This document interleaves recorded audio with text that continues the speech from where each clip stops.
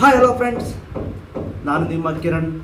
ಮೊದಲನೇದಾಗಿ Kiran car craze YouTube ಚಾನಲ್ಗೆ ನಿಮಗೆ ಸ್ವಾಗತ.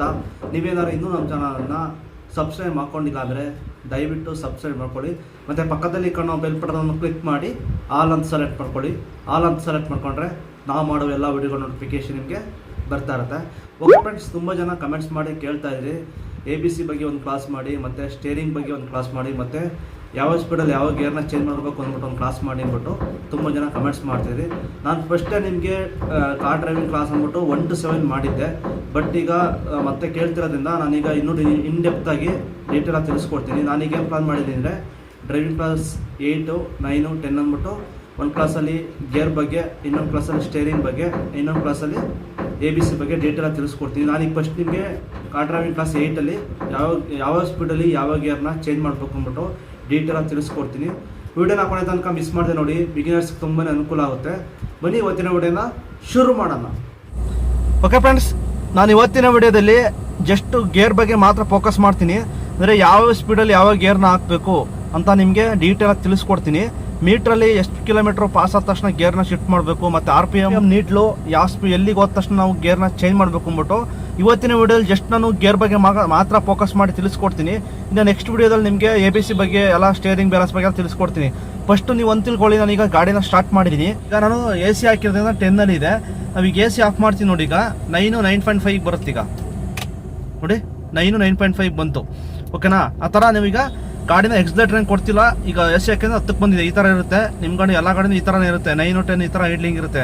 ನೀವು ಒಂದು ತಿಳ್ಕೊಳ್ಳಿ, ನೀವು ಗೇರ್ನ ಯಾವ ಸ್ಪೀಡ್ ಚೇಂಜ್ ಮಾಡಬೇಕು ಅಂತಂದರೆ ನೀವು ಫಸ್ಟ್ ಗೇರ್ಗೆ ಹಾಕಿ ನೀವೇನು ಮಾಡಬೇಕು ಅಂದರೆ ಒಂದು 10 to 15 ಕಿಲೋಮೀಟ್ರ್ ಮಾತ್ರ ಮೂವ್ ಮಾಡಬೇಕು. ಅಂದರೆ ನಿಮಗೆ ಬೆಸ್ಟ್, ನಿಮಗೆ ಯಾವ ಥರ ನೀವು ಅದು ನೋಡ್ಕೊಬೋದು, ಯಾವ ಥರ ನಾವು ಗೇರ್ ಚೇಂಜ್ ಮಾಡಬೇಕು ಅಂತ ಒಂದು ಟ್ರಿಕ್ಸ್ ಏನಪ್ಪ ಅಂತಂದರೆ, ನಿಮಗೆ RPM ಕಟ್ಟಿ ನೋಡಿ.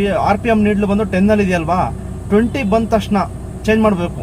ಈಗ ಫಸ್ಟ್ ಗೇರಲ್ಲಿ ಈಗ ಮೂವ್ ಮಾಡಿದ ತಕ್ಷಣ 20 ಬಂದ ತಕ್ಷಣ ಅದು RPM ಕಟ್ಟಿ ಚೇಂಜ್ ಮಾಡಬೇಕು. ನೆಕ್ಸ್ಟ್ ಇನ್ನು ಸೆಕೆಂಡ್ ಗೇರ್ಗೆ ಆದ ತಕ್ಷಣ 10 ಮತ್ತೆ 10 ಬರುತ್ತೆ. 10ನಲ್ಲಿ ಸೆಕೆಂಡ್ ಗೇರಲ್ಲಿ ಎಕ್ಸ್ಲೇಟರ್ ಕೊಡ್ತಾ 20 ಬಂದ ತಕ್ಷಣ ಮತ್ತೆ ಗೇರ್ನ ಚೇಂಜ್ ಮಾಡಬೇಕು ಥರ್ಡ್ ಗೇರಿಗೆ. ಮತ್ತೆ ಥರ್ಡ್ ಗೇರ್ ಆದ ತಕ್ಷಣ ಮತ್ತೆ 10 ಬರುತ್ತೆ. ಓಕೆನಾ? ಥರ್ಡ್ ಗೇರಲ್ಲಿ 20 ಬಂದ ತಕ್ಷಣ ಮತ್ತೆ ಫೋರ್ತ್ ಗೇರ್ ಹಾಕಬೇಕು. ಆ ಥರ ಮತ್ತೆ ಫೋರ್ತ್ ಗೇರಲ್ಲಿ 20 ಬಂದ ತಕ್ಷಣ ಮತ್ತೆ ನೀವು ಫಿಫ್ತ್ ಗೇರ್ ಹಾಕಿದ ತಕ್ಷಣ ಮತ್ತೆ 10ಇಂದ ಸ್ಟಾರ್ಟ್ ಆಗುತ್ತೆ. ಮತ್ತೆ ಎಕ್ಸ್ಲೇಟರ್ನ ಕೊಡ್ತಾ ಹೋದಾಗ 20 ಕ್ರಾಸ್ ಆಗುತ್ತೆ. ನಿಮ್ಗೆ ಲಾಸ್ಟ್ ಗೇರಲ್ಲಿ ಅಂದರೆ ಫಿಫ್ತ್ ಗೇರಲ್ಲಿ ನೀವೇನಾದ್ರು 20 ತನಕ ಮೂವ್ ಮಾಡಿದ್ರೆ, ಅಂದರೆ RPM ಕಟ್ಟಿ 20 ಬರೋ ತನಕ ಮೂವ್ ಮಾಡಿದ್ರೆ ನಿಮ್ಮ ಗಾಡಿ 80 ಕಿಲೋಮೀಟರ್ ಸ್ಪೀಡು ಈ ಥರ ಹೋಗ್ತಾ ಇರುತ್ತೆ. ಓಕೆನಾ? ನೀವು ಒಳ್ಳೆ ಮೈಲೇಜ್ ಬರಬೇಕು ಕಾರು ಅಂದರೆ ನೀವು ಕರೆಕ್ಟಾಗಿ 20 ಬಂದ ತಕ್ಷಣ ಚೇಂಜ್ ಮಾಡ್ಕೊಂಡು ಹೋದರೆ ಗಾಡಿ ಒಳ್ಳೆ ಮೈಲೇಜ್ ಕೊಡುತ್ತೆ. ಡೀಸೆಲ್ನ ಜಾಸ್ತಿ ಕುಡಿಯೋಲ್ಲ. ಓಕೆನಾ? ನಿಮಗೆ ಕರೆಕ್ಟಾಗಿ 20 ಬಂದಾಗ ನಾನು ಹೇಳ್ದಂಗೆ ಇಲ್ಲಿ ಕಿಲೋಮೀಟರ್ ಮೀಟ್ರಲ್ಲಿ ನಿಮಗೆ 10ಇಂದ 15 ಒಳಗೆ ಬರುತ್ತೆ. ಅಂದರೆ ನೀವು ಅಲ್ಲಿ 20 RPM ಬಂದ್ಬಿಟ್ಟು 20 ಒಳಗಡೆ ಚೇಂಜ್ ಮಾಡಿದ್ರೆ 10 to 15 ಬರುತ್ತೆ. ಓಕೆನಾ?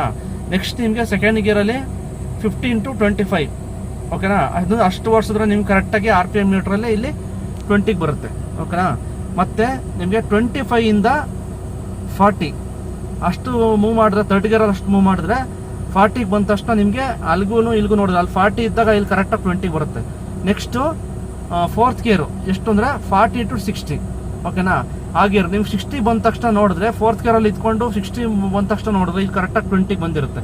ನೀವು 60 km/h ಬಂದ ತಕ್ಷಣ ಟಾಪ್ ಗೇರ್ಗೆ ಹಾಕ್ಬೇಕು, ಅಂದರೆ ಫಿಫ್ತ್ ಗೇರ್ಗೆ ಹಾಕ್ಬೇಕು. ಓಕೆನಾ? ಈಗ ಫಿಫ್ತ್ ಗೇರಲ್ಲಿ ನೀವು 60 ಇತ್ತು ಅಂದರೆ ಇಲ್ಲಿ 10 ಇರುತ್ತೆ. ಈ ಎಕ್ಸ್ಲೇಟರ್ನ ಕೊಡ್ಕೊಂಡು ಹೋದಂಗೆ ನಿಮ್ಗೆ ಇಲ್ಲಿ 70 ಬಂದ ತಕ್ಷಣ RPM ನೀಟ್ನಲ್ಲಿ 15 ಹಿಂಗೆಲ್ಲ ಹೋಗುತ್ತೆ. 80 ಟಾಪ್ ಗೇರಲ್ಲಿ 80 km/h ಬಂದ ತಕ್ಷಣ ನಿಮ್ಗೆ ಈ ಕಡೆ ನಿಮ್ಗೆ ಇಲ್ಲಿ 20 ಬಂದಿರುತ್ತೆ RPM ನೀಟು. ಇದು ಕರೆಕ್ಟು. ನಿಮಗೆ ಕರೆಕ್ಟಾಗಿ 20 22 ಮ್ಯಾಕ್ಸಿಮಮ್ ಅಂದರೆ 22. ಈಗ ಇಲ್ಲಿ 22.5 ಇದು 20ಇಂದ ನೆಕ್ಸ್ಟ್ ಗೀರ್ ಕಾಣ್ತಿರೋದು 22.5.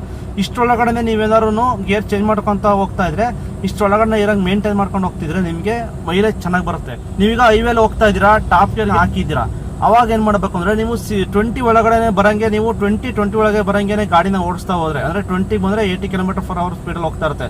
ಇಷ್ಟರಲ್ಲೇ ಹೋಗ್ತಾ ಇದ್ರೆ ಗಾಡಿ ಮೈಲೇಜ್ ಚೆನ್ನಾಗಿ ಬರುತ್ತೆ. ನೀವೇನಾದ್ರು ಈಗ ಅರ್ಜೆಂಟ್ ಇದೆ, ಸ್ಪೀಡಾಗಿ ಹೋಗಬೇಕು ಅಂದು ನೀವೇನಾದ್ರು 100 ಹಿಂಗೆಲ್ಲ ಹೋಯ್ತು ಅಂದರೆ 20 ಕ್ರಾಸ್ ಆಗುತ್ತೆ. 100 120 ಅಕಸ್ಮಾತ್ ಹೋತು ಅಂದರೆ ಅಷ್ಟೊಂದು ಸ್ಪೀಡಲ್ಲಿ ಹೋಗಕ್ಕೆ ಹೋಗಬೇಡಿ. ಅಕಸ್ಮಾತ್ ನೀವೇನಾದ್ರು ಹೋದ್ರಿಂದ 20 ಕ್ರಾಸ್ ಆಗುತ್ತೆ ಇದು ನೀಡ್ಲು. ಅವಾಗ ಏನಾಗುತ್ತೆ ಅಂದರೆ ಮೈಲೇಜ್ ನಿಮ್ಗೆ ಅಷ್ಟೊಂದು ಬರೋಲ್ಲ. ಮತ್ತು ಇದನ್ನು ಅಷ್ಟೇ, ಫಸ್ಟ್ ಗೇರು, ಸೆಕೆಂಡ್ ಗೇರು, ಥರ್ಡ್ ಗೇರು, ಫೋರ್ತ್ ಗೇರು ಎಲ್ಲ ಗೇರು ಅಷ್ಟೇ ನಾನು ಹೇಳ್ದಂಗೆ 20 20 ಬಂದ ತಕ್ಷಣ ನೀವು ಚೇಂಜ್ ಮಾಡ್ಕೊತಾ ಹೋದರೆ ಆರಾಮಾಗಿ ಒಳ್ಳೆ ಮೈಲೇಜ್ ಬರುತ್ತೆ. ನೀವು ಈಗ ಫಸ್ಟ್ ಗೇರಲ್ಲಿ ಈಗ 20 ಕ್ರಾಸ್ ಆಗಿ 30 ತನಕ ಹೋಗೋ ತನಕ ಇಲ್ಲಿ ಎಕ್ಸಲೇಟರ್ ಕೊಡ್ತಾನೆ ಇದ್ರೆ 0 to 15 ಒಳಗಡೆ ಬರಬೇಕು. ಆವಾಗ ನೀವು ಸೆಕೆಂಡ್ ಗೇರಿಗೆ ಚೇಂಜ್ ಮಾಡಬೇಕಲ್ವಾ. ನೀವೇನಾದ್ರು 25-30 ಹೋಗ್ತಾನೆ ಇದ್ದೀರಾ ಅಂದರೆ ನಿಮ್ಗೆ ಮೈಲೇಜ್ ಬರೋಲ್ಲ. ಸೆಕೆಂಡ್ ಗೇರನ್ನು ಅಷ್ಟೇ 25 ಕಿಲೋಮೀಟರ್ ಹೋದ ತಕ್ಷಣ ಚೇಂಜ್ ಮಾಡಬೇಕು, ಅಲ್ಲಿ ಕರೆಕ್ಟಾಗಿ 20ಗೆ ಬಂದಿರುತ್ತೆ. ಬಟ್ ಇಲ್ಲೇನೋ ನೀವು 40-50 ತನಕ ಮೂವ್ ಮಾಡ್ತಾನೆ ಇದ್ದೀರಾ ಅಂದರೆ ಅಲ್ಲಿ 20 ಕ್ರಾಸ್ ಆಗುತ್ತೆ, ಇಲ್ಲಿ 20 ಕ್ರಾಸ್ ಆಗುತ್ತೆ RPM ನೀಡಲು, ಅವಾಗ ಏನಾಗುತ್ತೆ ಮೈಲೇಜ್ ಬರೋಲ್ಲ. ಆ ಥರ ನೀವು 20 ಕಮ್ ತಕ್ಷಣ ನೀವು ಚೇಂಜ್ ಮಾಡ್ಕೊತ ಹೋದರೆ ಗಾಡಿ ಒಳ್ಳೆ ಮೈಲೇಜ್ ಕೊಡುತ್ತೆ. ಅದನ್ನು ನೀವು ಕರೆಕ್ಟಾಗಿ ಚೇಂಜ್ ಮಾಡ್ತಿದ್ರ ಅಂತ ಅರ್ಥ. ನಿಮಗೆ ಸ್ಟಾರ್ಟಿಂಗ್ ಡೇಸಲ್ಲಿ ನಿಮಗೆ ಗೊತ್ತಾಗಲ್ಲ. ನೀವು ಅವಾಗ ಸ್ವಲ್ಪ ಹೊಸದಾಗಿ ಡ್ರೈವಿಂಗ್ ಕಲಿಯೋರು ಸ್ವಲ್ಪ ನೀವು ಅಬ್ಸರ್ವ್ ಮಾಡಿ. ಈಗೆಲ್ಲ ಟ್ರಾಫಿಕ್ ಇಲ್ದಿರೋ ಕಡೆ ಹೋಗ್ಬಿಟ್ಟೆ ಮಾಡಿ ಅಂದರೆ ನೀವು ಇನ್ನು ಸ್ವಲ್ಪ ಮೀಟ್ರ್ ನೋಡ್ಕೊಂಡು ಸ್ವಲ್ಪ ಡ್ರೈವ್ ಮಾಡಿ, ಪರವಾಗಿಲ್ಲ.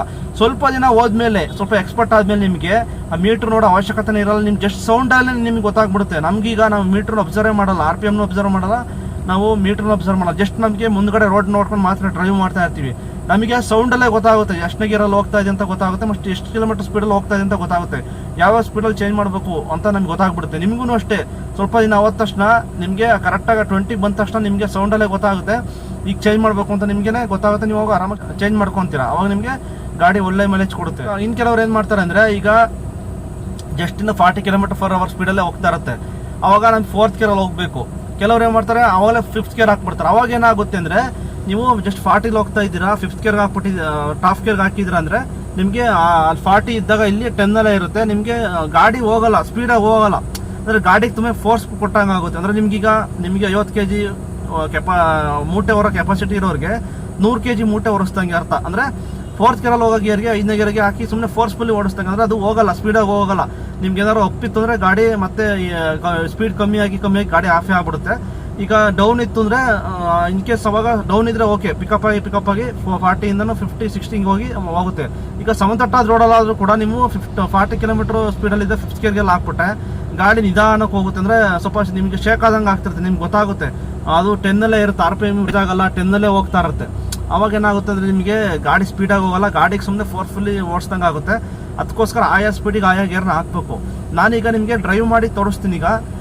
ಈಗ ಸದ್ಯಕ್ಕೆ ನಿಂತ್ಕೊಂಡು ತೋರಿಸ್ತಾ ಇದ್ದೀನಿ. ಈಗ ನಿಮಗೆ ಡ್ರೈವ್ ಮಾಡಿ ತೋರಿಸ್ತೀನಿ.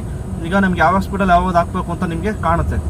ಓಕೆ ಫ್ರೆಂಡ್ಸ್, ನಾನು ಅವಾಗಲೇ ಹೇಳಿದೆ ನಿಮಗೆ ಮೀಟ್ರಲ್ಲಿ ಫಸ್ಟ್ ಗೇರಲ್ಲಿ 0 to 10 to 15 ಅಂದರೆ 15 ಒಳಗಡೆ ಚೇಂಜ್ ಮಾಡಿ ಅಂತ ಹೇಳಿದೆ. ಇಲ್ಲಿ ಅಷ್ಟು ಬಂದಾಗ 15 ಈ ಥರ ಬಂದರೆ ನಿಮ್ಗೆ ಇಲ್ಲಿ RPM ಅಲ್ಲಿ 20 ಬಂದಿರುತ್ತೆ ಅಂತ ಹೇಳಿದೆ. ಈಗ ಇನ್ ಕೇಸ್ ನೀವು ಅಪ್ಪಲ್ಲಿ ಹೋಗ್ತಾ ಇದ್ದೀರಾ, ತುಂಬ ಅಪ್ಪಿದೆ, 4 ಜನ ಕೊಂಡಿಸ್ಕೊಂಡು ಹೋಗ್ತಾ ಇದ್ದೀರಾ ಅಂದರೆ ಅವಾಗ ನೀವು ಇಲ್ಲಿ 15 ಇಲ್ಲಿ ಮೀಟ್ರಲ್ಲಿ 15 ಬಂದ ತಕ್ಷಣ ಇಲ್ಲಿ 20 ಬಂದಿರುತ್ತಲ್ಲ, ನೀವು ಅವಾಗ ಗಾಡಿ ಗೇರ್ ಸೆಕೆಂಡ್ ಗೇರ್ಗೆ ಹಾಕ್ಬಿಟ್ರೆ ಕೆಲವೊಂದು ಗಾಡಿಗಳು ಹತ್ತಲ್ಲ ದಿಬ್ಬನ. ಯಾಕೆಂದರೆ ತುಂಬ ಅಪ್ಪಿರೋದ್ರಿಂದ 4 ಜನ ಕುಂಡಿಸ್ಕೊಂಡು ಹೋಗ್ತಿರ್ತೀರ, ಗಾಡಿ ಜರ್ಕೊಡ್ದು ಆಮೇಲೆ ನೀವು ಫಸ್ಟ್ ಗೇರ್ಗೆ ಹಾಕಲಿಲ್ಲ ಅಂದ್ರೆ ಗಾಡಿ ಆಫ್ ಆಗಿಬಿಡುತ್ತೆ. ಅಂಥ ಟೈಮಲ್ಲಿ ಪರವಾಗಿಲ್ಲ, ನೀವೇನು ಮಾಡಿ ಅಂದರೆ ಫಸ್ಟ್ ಗೇರಲ್ಲೇ ಈಗ ಅಪ್ಪು ಮುಗಿಯೋ ತನಕ ಫಸ್ಟ್ ಗೇರಲ್ಲೇ ಓಡಿಸಿ. ಅವಾಗ ಏನಾಗುತ್ತೆ ಅಂದರೆ ನೀವು ಎಕ್ಸಲೇಟರ್ನ ರೈಸ್ ಮಾಡಬೇಕಾಗುತ್ತೆ. ಅವಾಗ ನೀವು 20 km ತನಕ ಫಸ್ಟ್ ಗೇರಲ್ಲೇ ಹೋಗಲಿ, ಪರವಾಗಿಲ್ಲ. ಅವಾಗ ಅಲ್ಲಿ 20 ಹೋದ ತಕ್ಷಣ ನಿಮ್ಗೆ ಏನಾಗುತ್ತೆ, ಇಲ್ಲಿ 25 ತನಕ ಬರುತ್ತೆ. ಅವಾಗ ಪರವಾಗಿಲ್ಲ, ಅಪ್ಪಿದೆ, ಅವಾಗ ಸ್ವಲ್ಪ ಡೀಸೆಲ್ ಜಾಸ್ತಿ ಕುಡಿಯುತ್ತೆ, ಪರವಾಗಿಲ್ಲ. ಅಪ್ಪಿದೆ ಅವಾಗ ಆ ಥರ ಮೂವ್ ಮಾಡಿ. ಆ ಥರ ಒಪ್ಪಲೆಲ್ಲ ನೀವು ಸೆಕೆಂಡ್ ಗೇರ್ಗೆ ಹೇಳಿ 20 ಇಲ್ಲಿ 20 ಬಂದ ತಕ್ಷಣ ಸೆಕೆಂಡ್ ಗೇರ್ ಹಾಕಬೇಕು ಅಂತ ಹೇಳಿದ್ಬಿಟ್ಟು ನೀವು ಸೆಕೆಂಡ್ ಗೇರ್ಗೆಲ್ಲ ಹಾಕಕ್ಕೆ ಹೋದರೆ ಗಾಡಿ ಆಫ್ ಆಗೋ ಚಾನ್ಸ್ ಇರುತ್ತೆ. ಅಪ್ಪಲ್ಲಿ ಆ ಥರ ಅಪ್ಪಿದ್ರೆ ಪರವಾಗಿಲ್ಲ, ಸ್ವಲ್ಪ ಡೀಸೆಲ್ ಎಕ್ಸ್ಟ್ರಾ ಕೊಡಿದ್ರೆ ಪರವಾಗಿಲ್ಲ. ನೀವು ಇಲ್ಲಿ ಫಸ್ಟ್ ಗೇರಲ್ಲೇ ಮೂವ್ ಮಾಡಿ. ಓಕೆ ಫ್ರೆಂಡ್ಸ್, ನೋಡಿ ನಾನೀಗ ಕ್ಲಚ್ ಅಪ್ಲೈ ಮಾಡ್ಕೊಂಡು ಫಸ್ಟ್ ಗೇರ್ಗೆ ಹಾಕ್ತಾ ಇದ್ದೀನಿ. ಆಮೇಲೆ ಈಗ ಆಫ್ ಕ್ಲಚ್ ಮಾಡ್ಕೊತೀನಿ.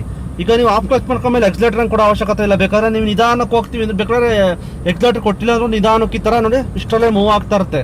ಬಟ್ ನಾನೀಗ ಸ್ವಲ್ಪ ಎಕ್ಸಲೇಟರ್ನ ಕೊಡ್ತಾ ಇದ್ದೀನಿ. ನೋಡಿ ಈಗ ಸ್ವಲ್ಪ ರೈಟಿಗೆ ಬರ್ತಾ ಇದ್ದೀನಿ ನೋಡ್ಕೊಂಡು ಗಾಡಿ, ಯಾಕಂದರೆ ಮುಂದ್ಗಡೆ ಎಲ್ಲ ಬಸ್ ಹೋಗೋ ಲೈನ್ ಅದು.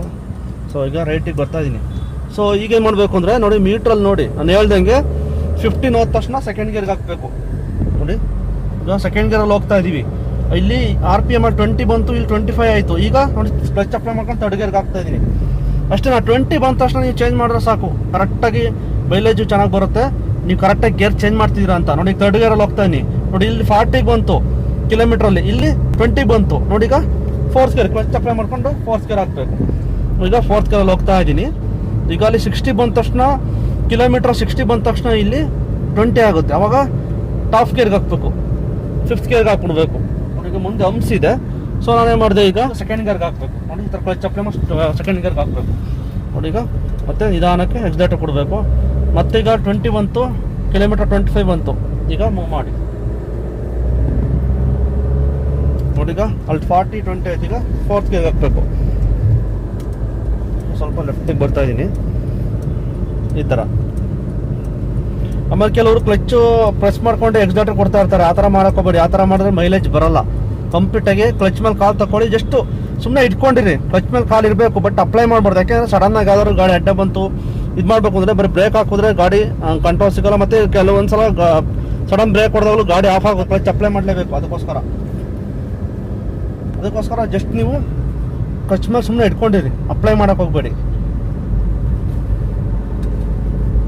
ನೋಡಿ ಈಗ 4th ಗೇರೆಲ್ಲ ಹೋಗ್ತಾ ಇದ್ದೀನಿ, ಯಾಕೆಂದರೆ ಮುಂದಗಡೆ ಗಾಡಿ ಹೋಗ್ತಾ ಇದೆ ಸ್ಲೋ ಆಗಿ. ಅದಕ್ಕೋಸ್ಕರ ನೋಡಿ ಈಗ ನನಗೆ ಮುಂದೆ ಫ್ರೀ ಆಯಿತು ರೋಡ್. ಈಗ ಸ್ವಲ್ಪ ಸ್ಪೀಡಾಗಿ ಹೋಗ್ತೀನಿ. ಈಗ ನೋಡಿ ಈಗ ಟಾಪ್ ಗೇರ್ ಹಾಕ್ತೀನಿ. ಈಗ ಯಾಕೆಂದರೆ ಈಗ ನೋಡಿ ಈಗ 50 ಹೋಗ್ತಾ ಇದೆ. ಈಗ 60 ಬಂದ ತಕ್ಷಣ ಅಲ್ಲಿ ಕರೆಕ್ಟಾಗಿ ಈ ಕಡೆ RPM 20 ಆಗುತ್ತೆ. ಕ್ಲಚ್ ಅಪ್ಲೈ ಮಾಡಿಕೊಂಡು ಟಾಪ್ ಗೇರ್ಗೆ ಹಾಕ್ತದೆ. ಮುಗೀತು. ಈಗ ಎಲ್ಲ ಗೇರು ಆಫ್ ಆಯಿತು. ಈಗ ನನ್ನ ಗಾಡಿಗಳು 16ನಲ್ಲಿ ಹೋಗ್ತಾ ಇದೆ. ಓಕೆನಾ? ಈ ಥರ ನೀವು 60-20 ಈಗ 60 ಈ ಥರ 16ನಲ್ಲೇ ಓಡಿಸಿದ್ರೆ ಒಳ್ಳೆ ಮೈಲೇಜ್ ಬರುತ್ತೆ ಗಾಡಿ. ಅಕಸ್ಮಾತ್ ನಿಮ್ಗೆ ಅರ್ಜೆಂಟ್ ಇತ್ತು, ಸ್ವಲ್ಪ ಸ್ಪೀಡ್ ಹೋಗ್ಬೇಕು ಅಂದರೆ ನೀವು ಎಕ್ಸಾಕ್ಟ್ ಜಾಸ್ತಿ ಸ್ಪೀಡಲ್ಲಿ ಹೋದರೆ ನಿಮ್ಗೆ ಇಲ್ಲಿ 20 ಕ್ರಾಸ್ ಆಯಿತು ಅಂದರೆ ಮೈಲೇಜ್ ಸ್ವಲ್ಪ ಕಮ್ಮಿ ಆಗುತ್ತೆ. ಓಕೆನಾ? ನಿಮಗೆ ಇಲ್ಲಿ 20 ಒಳಗಡೆ ಇದ್ದರೆ ಮೈಲೇಜ್ ಒಳ್ಳೆ ಬರುತ್ತೆ. ಈಗ ಟಾಪ್ ಗೇರಲ್ಲಿ ಹೋಗ್ತಾ ಇದ್ದೀನಿ. 60 ಕ್ರಾಸ್ ಆದ ತಕ್ಷಣ ಟಾಪ್ ಗೇರ್ ಹಾಕ್ಬಿಟ್ಟು ನೋಡಿ. RPM ಅಲ್ಲಿಂದ ನಮಗೆ 15 ಹಿಂಗೆಲ್ಲ ಹೋಗ್ತಾ ಇದೆ. ಇಲ್ಲಿ 60 ಹೋಗ್ತಾ ಇದೆ, ಇಲ್ಲಿ 15 ಹಿಂಗೆಲ್ಲ ಹೋಗ್ತಿದೆ. ಈಗ 20ಗೆ ಬಂದರೆ ಇಲ್ಲಿ ಕರೆಕ್ಟಾಗಿ RPM 20 ಬಂತು ಅಂದರೆ ಇಲ್ಲಿ 80 ಕಿಲೋಮೀಟರ್ ಸ್ಪೀಡ್ ಆಗುತ್ತೆ. ನೋಡಿ ಈಗ ಮುಂದೆ ಹಂಪ್ಸ್ ಇದೆ. ಈಗ ಕಂಪ್ಲೀಟ್ ಕ್ಲಚ್ ಅಪ್ಲೈ ಮಾಡ್ಕೊಂಡೇ ಮಾಡಿದರೆ ಸೆಕೆಂಡ್ ಗೇರ್ಗೆ ಹಾಕಿ. ಓಕೆನಾ? ಹಂಪ್ ಹತ್ರ ಅಲ್ಲ, ಸೆಕೆಂಡ್ ಗೇರ್ಗೆ ಹಾಕಿ. ಓಕೆ ಫ್ರೆಂಡ್ಸ್, ನೋಡಿ ನಾನೀಗ ಟಾಪ್ ಗೇರಲ್ಲಿ ಹೋಗ್ತಾ ಇದ್ದೀನಿ. ಯಾಕಂದರೆ ಮುಂದೆ ರೋಡ್ ಫ್ರೀ ಇದೆ. ಟಾಪ್ ಗೇರಲ್ಲಿ ಹೋಗ್ತಾ ಇದ್ದೀನಿ. ನೋಡಿ ಈಗ ನಿಮಗೆ ಇದು ಇಷ್ಟಲ್ಲಿ ಹೋದರೆ ಒಳ್ಳೆ ಮೈಲೇಜ್ ಬರುತ್ತೆ. ನೋಡಿ ಈಗ ನಿಮ್ಗೆ ತೋರಿಸ್ಲಿಕ್ಕೋಸ್ಕರ ಏನು ಸ್ವಲ್ಪ ಸ್ಪೀಡ್ ಮಾಡ್ತಾ ಇದ್ದೀನಿ. ಈಗ 20 ಬಂದ ತಕ್ಷಣ RPM 20 ಬಂದ ತಕ್ಷಣ ನಿಮ್ಗೆ ಕರೆಕ್ಟಾಗಿ ಅಲ್ಲಿಗೆ 80 ಕಿಲೋಮೀಟರ್ ಸ್ಪೀಡಲ್ಲಿ ಹೋಗ್ತಾ ಇರ್ತೀರಾ. ಅಷ್ಟರೊಳಗಡೆ 80 ಒಳಗಡೆ ಹೋದರೆ ಮೈಲೇಜ್ ಚೆನ್ನಾಗಿ ಬರುತ್ತೆ. 80 ಕ್ರಾಸ್ ಆಗ್ತಿರೋ ತಕ್ಷಣ ನಿಮಗೆ ಅಲ್ಲೇನಾಗುತ್ತೆ RPM ಜಾಸ್ತಿ ಆಗುತ್ತೆ, ಅವಾಗ ಮೈಲೇಜ್ ಬರಲ್ಲ.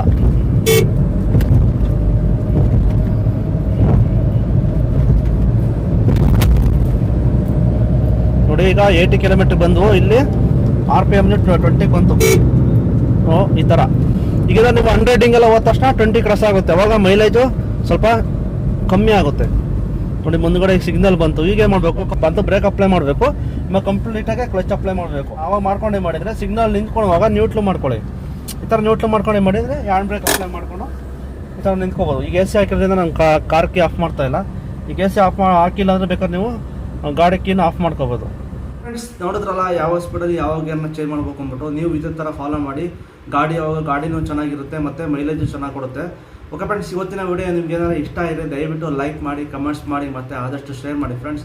ಮತ್ತೆ ನೆಕ್ಸ್ಟ್ ವಿಡಿಯೋದಲ್ಲಿ ಸಿಗ್ತೀನಿ. ಕೊನೆಯದಾಗಿ ನಗ್ತಾ ಇರಿ, ನಗಿಸ್ತಾ ಇರಿ, ಖುಷಿಯಾಗಿರಿ. Bye bye friends.